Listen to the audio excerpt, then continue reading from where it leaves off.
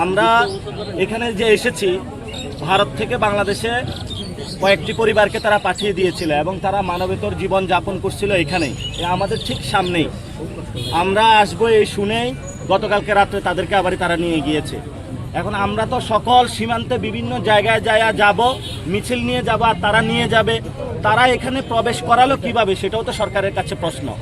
সেখানে সরকার পতাকা বৈঠক করেছে, সেখানে কোনো ফ্রুটফুল সলিউশন আসে নাই। তাহলে সরকারের যে ফরেন পলিসি এবং স্বরাষ্ট্র যে নীতি আছে, সেটা আজকে বাংলাদেশের মানুষের সামনে স্পষ্ট হয়েছে যে এটা ভঙ্গুর একটা নীতি, যেটা বাংলাদেশের নাগরিকদের নিরাপদ করতে পারছে না। তো যেখানেই সীমান্ত হত্যা হবে, সীমান্তবাসীর সামনে ইনশাল্লাহ আমরা আছি। আপনারা ঐক্যবদ্ধভাবে বিজিবির সাথে থাকেন। যদি কেউ রাতের আধারেও হোক পুশিং করার চেষ্টা চালায়, গ্রামবাসী মিলে আপনারা এটা প্রতিরোধ করবেন, বিজিবিকে খবর দিবেন, পুলিশকে খবর দিবেন।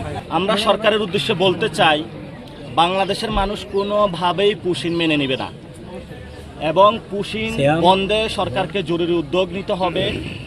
সরকার যদি কঠোর হস্তে সীমান্ত হত্যা থেকে শুরু করে সীমান্তে মাদক চোরাচালান, যে সন্ত্রাসী কার্যক্রম ভারতীয় বাহিনী করে থাকে, এটা বন্ধ করত, উদ্যোগ নিত পূর্ব থেকেই, তাহলে আজকে ভারত এই ধরনের সাহস পেত না।